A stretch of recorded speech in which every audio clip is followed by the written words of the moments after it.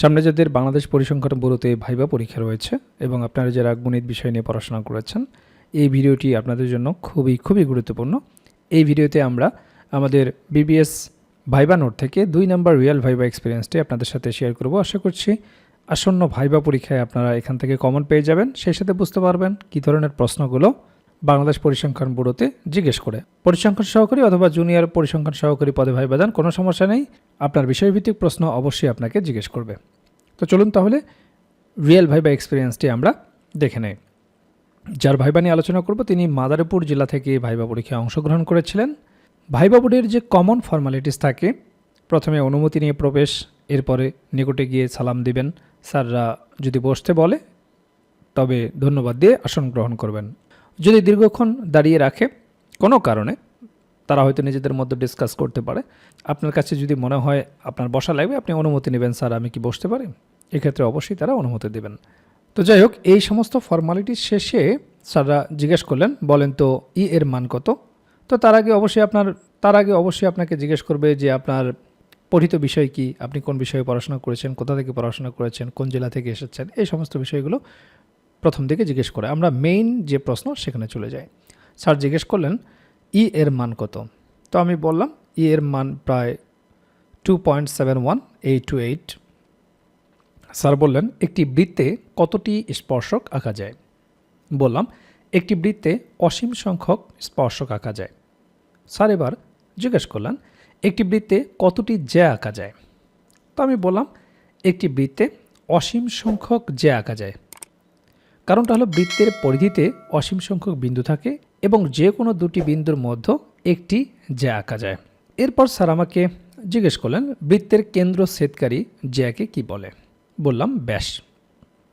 Sir বললেন একটি বৃত্তস্থ চতুর্ভুজ আঁকেন এবং বলেন একটি কোণ 70 ডিগ্রি হলে এর বিপরীত কোণটি কত হবে। তো আমরা জানি যে বৃত্তস্থ চতুর্ভুজের ক্ষেত্রে যদি একটা কোণ 70 ডিগ্রি হয়, তার বিপরীত কোণটা হবে 100 ডিগ্রি, মোট কথা 180 ডিগ্রি পূর্ণ হবে, দুটা কোণের সমষ্টি 180 ডিগ্রি হবে। এরপর স্যার আমাকে জিজ্ঞেস করলেন একটি সমকোণী ত্রিভুজ আঁকেন এবং নামাঙ্কিত করেন। মানে হলো আপনাকে একটা সমকোণী ত্রিভুজ আঁকতে হবে এবং কোনটা লম্ব, কোনটা ভূমি, কোনটা অতিভুজ সেটা দেখাতে হবে। তো আপনারা এটা খুব ইজিলি পারবেন।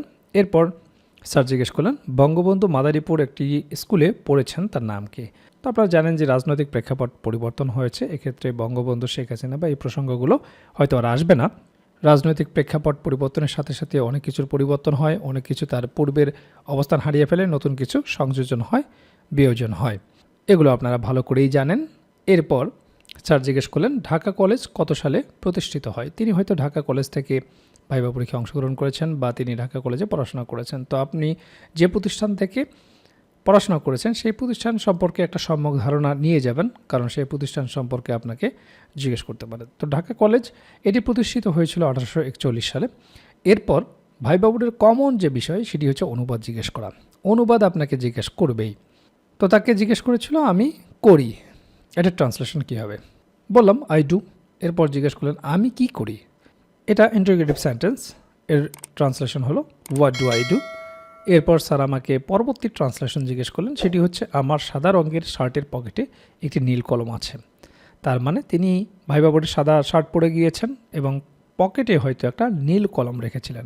ভাইবা বোর্ডে এই কমন একটা বিষয়, ভাইবা বোর্ডের ভিতর থেকে, অর্থাৎ আপনি যে রুমে ভাইবা দিতে গেছেন সেই রুমের মধ্যেই অনেক বিষয় থাকতে পারে। যেমন একটা ম্যাপ আপনার ভাইবা বোর্ডের টেবিলে রয়েছে, সেখান থেকে জিজ্ঞেস করতে পারে যে টেবিলের উপর একটা ম্যাপ রয়েছে, এর ট্রান্সলেশন করেন। অথবা বলতে পারে দেয়ালে একটা ঘড়ি টাঙানো আছে, এর ট্রান্সলেশন করেন।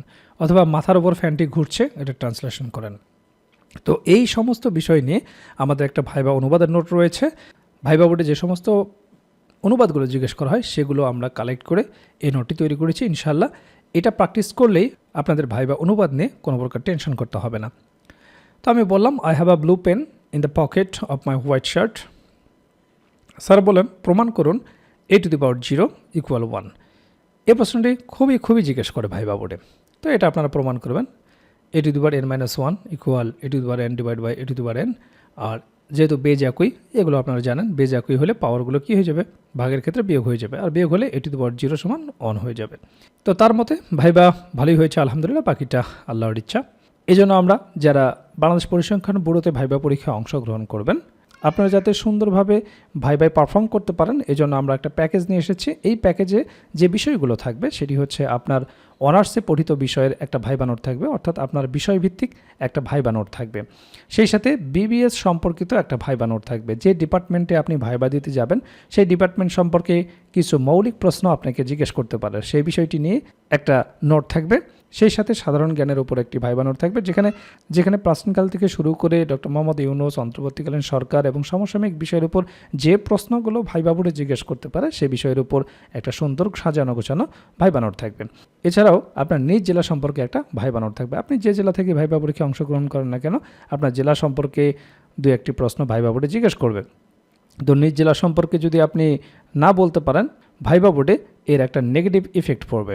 তো নিজ জেলা সম্পর্কে অবশ্যই জেনে যেতে হবে, এ সম্পর্কে একটা ভাইবা নোট পাবেন। সেই সাথে আপনারা জানেন ভাইবাতে 2-4টি অনুবাদ জিজ্ঞেস করে থাকে, কমপক্ষে একটি অনুবাদ আপনাকে জিজ্ঞেস করবে। যে অনুবাদগুলো জিজ্ঞেস করা হয় সেগুলো একেবারে বেসিক লেভেলের অনুবাদ। সেই অনুবাদ যদি আপনি না পারেন, বুঝতে পারছেন একটা নেগেটিভ ইমেজ তৈরি হবে আপনার সম্পর্কে। তো অনুবাদের উপরও আপনাদের একটা ভালো প্রস্তুতি নিয়ে যাওয়া দরকার। তো সেই বিষয়েও একটা ভাইবা অনুবাদের নোট থাকবে, যে অনুবাদগুলো প্র্যাকটিস করে গেলেই আপনি শতভাগ কমন পেয়ে যাবেন ইনশাআল্লাহ। তো এই হচ্ছে মোট 5টি নোট। ইতিমধ্যে অনেক প্রার্থী আমাদের কাছ থেকে এই নোটগুলো সংগ্রহ করেছেন। সামনে যাদের ভাইবা পরীক্ষা, দ্রুত স্ক্রিনে দেওয়া হোয়াটসঅ্যাপ নাম্বারে যোগাযোগ করে ভাইবা প্যাকেজটি সংগ্রহ করুন এবং আপনার প্রস্তুতি গুছিয়ে নিন।